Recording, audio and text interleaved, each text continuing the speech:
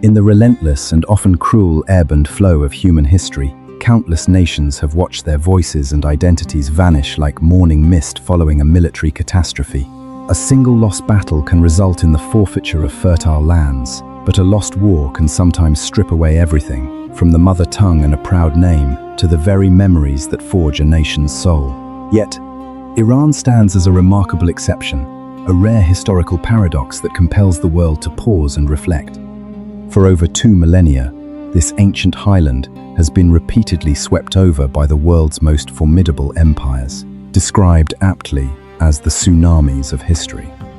These include the legendary footsteps of Alexander the Great, whose invincible phalanxes tore through borders, the fierce confrontations with Rome, the preeminent power of the West, the unstoppable waves of Arab armies bearing a new faith, and the brutal Mongol hordes that sowed terror across the breadth of Asia. Every victor, standing amidst the smoldering ruins of ancient Persian cities, believed they had permanently sealed the fate of this venerable civilization. They arrived with fire and sword, driven by the ambition to assimilate and erase. However, the most wondrous and unexpected turn of events always followed. Ultimately, it was the aggressive conquerors themselves who were profoundly transformed by the land they had subdued. They arrived as arrogant victors, yet before long, the sons of Alexander were donning Persian robes, speaking the Persian tongue, and governing according to Persian customs. The Arab caliphs, the Mongol khans, and the Turkic despots were all gradually absorbed into the spiritual and intellectual world of the Persians, adopting a language that became the primary bridge for philosophy and poetry. In many instances, they even evolved into the devoted guardians and patrons of the very cultural heritage they had originally intended to raze to the ground. This is not merely a story of a nation that was lucky enough to survive the tempests of war. It is a grand epic of a people who, though frequently defeated on the battlefield, never accepted their own erasure from the currents of time. It was this extraordinary resilience, this unique capacity to absorb and transmute enemies into a part of themselves, that turned Iran's journey into one of the most astonishing chronicles of human history, a living lesson that demands to be heard until its final chapter. To truly grasp the essence of this resilience, we must look further back, stepping beyond the conventional historical frameworks often taken for granted. Most familiar Western accounts tend to exalt Mesopotamia, with its brilliant Sumerian civilization, and ancient Egypt, with its monumental pyramids, as the sole cradles of human progress. In such narratives, Iran is often pushed to the periphery, viewed as a land that emerged only much later, a belated participant on the world stage. However, this is a significant oversight, a regrettable omission in the grand tapestry of humanity's dawn. In reality, traces of human presence on the territory of modern-day Iran date back tens of thousands of years to the Paleolithic era. This region witnessed monumental natural shifts and welcomed the first waves of ancient settlers, soon forming urban-like settlements where the seeds of complex society began to sprout. Archaeological sites have unearthed indisputable evidence of this, from exquisite pottery dating back to the 4th millennium BC to the shocking discoveries of the mysterious Jiroft culture and ziggurat-like structures that predate similar works in Mesopotamia. All this points to an evident truth. This land was never a mere bystander to the birth of civilization. Rather, it was an inseparable and brilliant piece of the mosaic of human intellect and creativity. Iran walked in step with, and often ahead of, other recognized civilizations in laying the foundational bricks of human society. From the heart of that plateau, the first major political entity to truly assert itself was Elam, a powerful kingdom situated in the southwest of modern Iran. Its magnificent capital was Susa, an ancient city destined to witness the many rises and falls of history. At their zenith, the Elamites were formidable enough to impose their will and influence even upon the Sumerians, the inhabitants of the glittering Mesopotamian civilization, who were long considered the pioneers of progress. Yet, what is truly remarkable, surpassing even mere military might, occurred in the 23rd century BC. Following a fierce conflict between King Naram Sin of the mighty Akkadian Empire and the Kingdom of Elam, the two sides did not settle for a fleeting oral agreement. Instead, they sat down to negotiate and ratify a legally binding document, a clear international treaty. This pact not only guaranteed Elam's independence, but also stipulated that Elam would align its foreign policy with Akkad. Historians regard this as one of the earliest written international treaties known to mankind, a testament to a highly sophisticated level of diplomatic and legal thinking. From the very dawn of human history, the Iranian space was present, not just as a military power, but as a pivotal factor in the birth of international law and diplomacy. This historical detail alone is enough to challenge conventional wisdom, forcing us to seriously reconsider how world history has often forgotten or underestimated the sheer stature of this land. In the centuries that followed, a new wave descended upon this vast plateau from the distant north. Between the 20th and 15th centuries BC, groups of people known today collectively as Iranians began their great migration. They were courageous nomadic tribes belonging to the Indo-Iranian branch of the vast Indo-European linguistic and cultural family. Their ancient tongue carried not only the echoes of the expansive steppes, but also shared deep ancestral roots with ancient Greek, Latin, and many of the modern European languages we speak today, a striking testament to a shared heritage. Upon settling in their new home, these people proudly referred to themselves as Aryans, a name signifying noble or honorable. They named their new homeland the Land of the Aryans. Through the relentless flow of time and the natural evolution of language, that name was gradually shortened and transformed into Iran. Here, they did not merely conquer, they skillfully and subtly blended with the ancient cultural layers that had existed for millennia, creating a unique synthesis. From this union, powerful alliances began to emerge, most notably the formidable Medes in the north and the proud Persians in the south, laying the foundations for the great empires to come. It was upon these towering mountains, harsh deserts, and vast plateaus, amidst the daunting challenges of nature, that the Iranians forged their greatest weapon, not chariots that tore through the wind, nor powerful long-range bows, but rather an ideology. Long before Christianity or Islam emerged to spread across the globe, the Iranian plateau gave birth to Zoroastrianism, a religion of revolutionary ideas that completely overturned human perceptions of the cosmos and the self. For the ancient Iranians, life was no longer a meaningless cycle of seasons and predestination. Zoroastrianism painted a different cosmic picture, a grand battlefield defined by an absolute and ceaseless struggle between light and darkness, truth and falsehood, order and destruction. More importantly, this belief system bestowed upon every individual a clear moral role and a sacred mission. To live is to choose a side, to stand with the light, and to contribute to the ultimate victory of good. To the Persians, seeing oneself as a warrior of light was not just a point of pride, but a compass for every action. Their entire culture, from philosophy-steeped poetry to the very structure of the state, was built upon this noble concept. This fierce conviction fostered an extraordinary cohesion, an invisible yet unbreakable bond that has held the Iranian people together across the centuries. Furthermore, a perhaps even greater legacy of Zoroastrianism lies in its fundamental shift in the understanding of time, a concept the world would later accept as self-evident. Instead of viewing time as an endless, repeating cycle, Zoroastrianism introduced the idea of linear time. Time does not repeat. It moves along a straight line with a beginning, an end, and, crucially, a final judgment. This revolutionary concept later deeply influenced Jewish thought and flowed powerfully into Christianity and Islam, shaping the doctrines of the apocalypse, salvation, and the eternal future. In other words, Iran did not stop at building mighty empires. It contributed profoundly to how humanity perceives history, the end of days, the salvation of the soul, and its own ultimate destiny. This was an intellectual contribution of global proportions, transcending all geographical and temporal boundaries. Following the rise of Elam, the first major state truly formed by the Aryans on this plateau was Media, appearing around 670 BC. Although this kingdom did not endure for long, the Medes played a crucial role in dismantling the brutal and powerful Assyrian Empire, the terror of the Near East at the time, thereby ushering in a new era for the region. However, it was their kinsmen, the Persians, who would elevate the empire to unprecedented heights.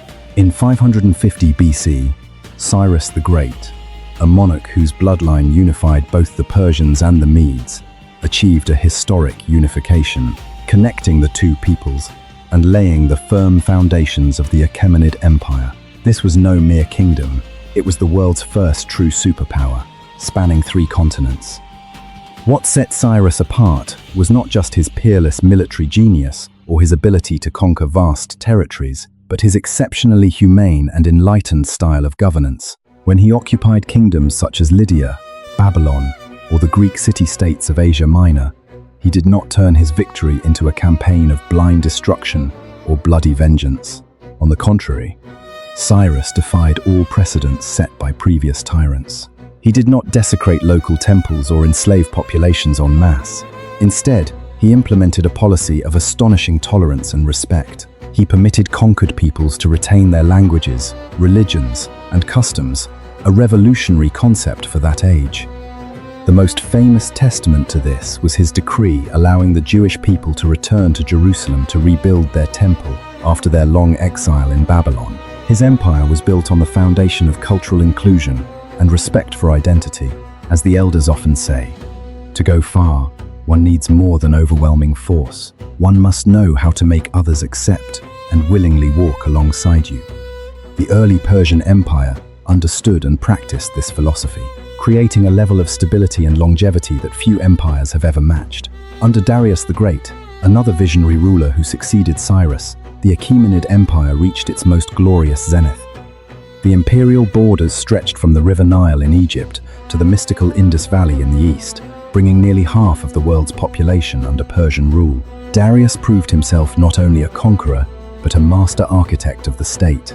He divided the vast realm into efficiently managed provinces called satrapies, established a fair and uniform tax system, minted a prestigious gold currency, and expanded great trade arteries like the Royal Road.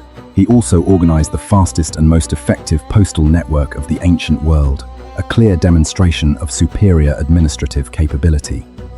However, history, in its harsh nature, never wavers in demanding a price for great ambition. Even Cyrus the Great, the founder of the empire, paid with his life during a campaign into Central Asia against courageous nomadic tribes. He fell in a violent and tragic battle. According to legend, his body was recovered in a grim state, his head severed and plunged into a skin of human blood as a macabre act of revenge by his enemies. The empire had lost its great founder and seemed on the brink of collapse. Yet, remarkably, it did not fall. This was the first and most powerful sign that Iran was something greater, deeper, and more enduring than any individual king or leader. The soul of the nation had been firmly cast. Many, particularly in Western culture, tend to view the Greco-Persian Wars through a romanticized and biased lens, as if the story of the 300 Spartans single-handedly crushed the massive Persian army and decided the fate of the world. Historical reality, as is often the case, is far more complex and multifaceted than myth. It is true that the Greek city-states maintained their independence after these fierce confrontations. However, for an empire as vast and sprawling as Persia, the loss of a few border cities or a handful of tactical defeats was not a mortal blow. It was not enough to shake their foundations. Rather than becoming bogged down in wars of attrition, the Persians displayed incredible strategic flexibility. They innovated their tactics, shifting from direct military force to a more sophisticated form of soft power. Persia utilized vast wealth, masterful diplomacy, and a shrewd ability to exploit internal Greek divisions to manipulate their rivals. They funded opposing factions and incited wars between the city-states, effectively turning Greece into a self-destructive battlefield. Consequently, the Greek states exhausted themselves through infighting, while Persia effortlessly maintained strategic dominance without needing to fire another arrow or shed another drop of blood. This serves as a profound modern lesson in strategy and geopolitics. Some of the greatest victories do not come from the clash of swords or overwhelming battlefield might, but from a deep understanding of an opponent's weaknesses and the effective use of non-military tools. It was a victory of patience and intellect. The true catastrophe, a cruel shock that seemed certain to end the empire's journey, arrived when the Achaemenid realm became too vast for the central authority to control its distant lands. Alexander the Great, the brilliant young general from Macedonia, led his armies to defeat the Persians in a series of decisive battles, culminating in the symbolic burning of the magnificent capital, Persepolis. It was an act intended to permanently erase the memory of a civilization that had once dominated the globe. At that moment, the world believed Iranian history had reached its final page. Upon the ruins, a Hellenistic state arose, bringing with it the Greek language, culture, and governance. Yet, it was precisely at this nadir that Iran's unique survival mechanism began to manifest its extraordinary power. Instead of being assimilated into the vibrant Greek culture, Iran gradually reverse-assimilated its conquerors. Even Alexander, the man who destroyed Persepolis, could not resist the allure of Persian culture. He began to wear Persian attire, adopted Persian court rituals, and encouraged his soldiers to marry Persian women. The mighty Hellenistic culture, which seemed poised to swallow everything in its path, struck an Iranian worldview so dense, so deep, and so resilient that it was eventually absorbed and transformed. By the 3rd century BC, from the lands to the east, the Parthians, another Iranian people, swept Greek influence out of the centers of power and established a formidable new empire. They took the title King of Kings, Shahanshah, asserting a direct continuity with the Achaemenid legacy. For centuries thereafter, they stood as a formidable rival to the Roman Empire, repeatedly handing Rome humiliating defeats in the Middle East and reasserting Iran's indomitable will and unerasable identity. In 224 AD, a magnificent new dynasty arose, heralding the resurgence of a formidable Iran. The Sassanids. They forged a highly centralized state, anchoring its legitimacy in Zoroastrianism as the official doctrine, a spiritual thread that bound the populace together. With a rigid social structure, a sophisticated administrative machine, and a fearsome military, they propelled the Persian Empire to new heights of cultural and martial glory, standing as a true peer to Rome, later Byzantium in the west. Yet, such grandeur came at a staggering cost. Nearly 4 centuries of relentless, grinding warfare against Rome, and then Byzantium bled Iran dry, leaving the empire like a giant drained of its vital essence. By the mid-7th century, as Arab armies surged from the peninsula with the ferocity of a desert storm, bearing the banner of the nascent Islamic faith, Iran was profoundly enfeebled. The ensuing struggle was one whose outcome seemed preordained by Sassanid exhaustion. In 651, the capital fell, the final monarch of the line was slain, and Iran passed entirely into the control of the Islamic Caliphate. Islam took root, the Arabic tongue flooded the land, and Zoroastrianism, the spiritual bedrock for millennia, began a rapid decline. For many other nations in history, this would have been the final chapter, the definitive end of their existence. For Iran, however, it was a new beginning, a survival achieved through the least expected path, the path of culture and the spirit. In the face of the Arab military and religious tide, the Iranians suffered a bitter defeat at the edge of the sword, yet they mounted a spectacular counteroffensive through the power of their culture and unmatched intellectual refinement. Under the Abbasid Caliphate, it was the gifted Persian bureaucrats, erudite scholars, and sublime poets who became the very brain, heart, and soul of the vast Islamic empire. Sophisticated Persian modes of governance were adopted and applied across the realm. Most importantly, the Persian language did not wither. It flourished, continuing to produce radiant works of science, philosophy, and poetry that enriched the collective intellectual heritage of all mankind. Then, in 1220, a harrowing nightmare descended upon the Iranian plateau, the Mongol cataclysm. Magnificent cities were erased from the map. 1,000-year-old irrigation systems, the lifeblood of their agriculture, were ruthlessly dismantled, and blood flowed like rivers across the land. It seemed that this time, Iran would be permanently reduced to desolate pastures for nomadic conquerors, its ancient civilization wiped clean, yet history witnessed a miracle once more. The fierce Mongols, having established their state here, found the allure of Persian culture irresistible. They gradually converted to Islam, adopted Persian as their administrative and literary tongue, and commissioned grand azure domes in the traditional style.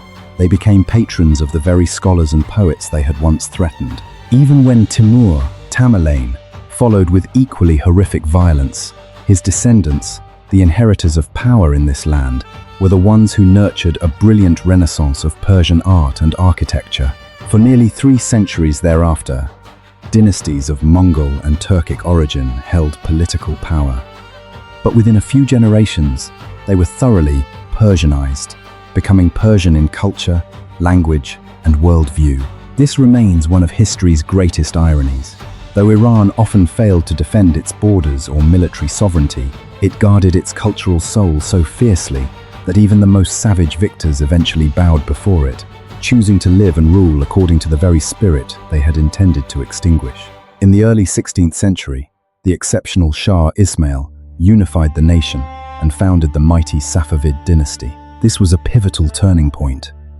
The Safavids established Shia Islam as the state religion, a strategic decision that forged a unified religious identity and distinctly separated Iran from the surrounding Sunni world, particularly the powerful Ottoman Empire. A unique identity, both religious and political, was forged and tempered once more. By the 19th century, however, Iran under the Qajar dynasty fell into a deep crisis, becoming a pawn in the great game between European powers. An expanding Russia seized vast northern territories. In the early 20th century, the discovery of oil turned the country into a chessboard for British and Russian interests. Resources were exploited, foreign boots trampled the soil, and Iran was nearly throttled by the encirclement of modern empires. Amidst these trials, in 1925, Reza Shah Pahlavi took power, initiating a bold drive for industrialization and modernization. In 1935, he made a decision of profound symbolic weight. He requested that the world cease using the name Persia and instead use Iran, the name its people had proudly used for millennia. This was no mere linguistic adjustment on a map. It was a defiant declaration that the nation was not an oriental fairy tale or an exotic curiosity for outsiders to gaze upon or exploit. It was an ancient people with its own name and its own heroic history, demanding to be addressed with the respect and pride it deserved. Despite these efforts at self-definition, the 20th century brought little peace. The nation faced constant external interference and deep internal political and social upheaval, culminating in the 1979 Islamic Revolution. This earth-shattering event toppled the long-standing Pahlavi monarchy and transformed Iran into a theocratic republic, marking a profound ideological and political rupture with the West. To this day, 2 starkly different images of this land coexist in the global psyche. The name Iran often evokes impressions of international sanctions, complex geopolitical tensions, and the heavy news cycles of conflict. Meanwhile, Persia remains the embodiment of lyrical poetry, magnificent architecture, and the glorious memories of a mythical, romantic civilization. 2 names, 2 images, but one land, a perpetual tug-of-war over how a great people should be remembered and perceived on the world stage. This struggle is not merely over words, but over the very definition of self. Yet perhaps the greatest lesson of the Iranian epic lies not in its great wars or vanished dynasties, but in the extraordinary resilience and unshakable will of the people who lived, loved, fought, and preserved their culture through the ages. This is the part that touches the heart, leaving us in silent admiration and reflection. Behind the illustrious names of empires like the Achaemenids, Parthians, Sassanids, or Safavids lie more than just territorial maps and golden thrones. There are millions of stories of ordinary people, fathers who led their children through the ashes of war, sowing seeds of hope and national pride, mothers who quietly guarded the ancestral tongue in every meal and lullaby, scholars who painstakingly transcribed precious knowledge amidst the ruins, and poets who wrote of light and beauty even in the thick darkness of despair.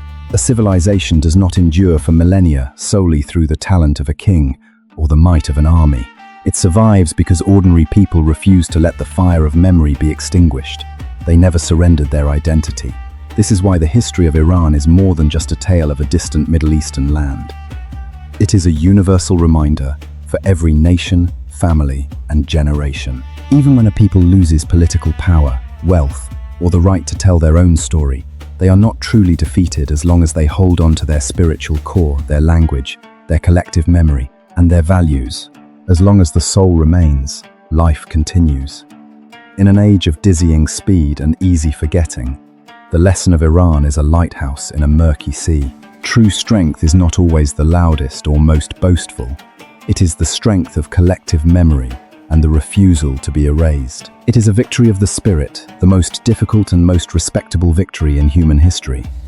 By preserving their soul for thousands of years, they have not only saved their past but have left for future generations a shining example of dignity and endurance. History often teaches us to remember the victors and the kings, but the stories worth remembering most are those of the people who refused to disappear, those who kept a language alive, who passed on a culture like a sacred flame. They teach us that no matter what the world calls us or how the times change, we must know who we are and where we come from. If you have listened to this story, perhaps the most important question is not how many times Iran was conquered, but why they are still here. Why, after every catastrophe, do they remain? They still hold their name, their memory, and their influence. They still stand as a testament to the fact that the spirit can endure anything without losing itself. History is more than dry pages. It is a mirror reflecting how we rise after we fall. If this story has moved you, stay with us for the chapters yet to come. For history is a reminder of eternal values that, if forgotten, we will surely have to pay for once again. It is a lesson that never grows old,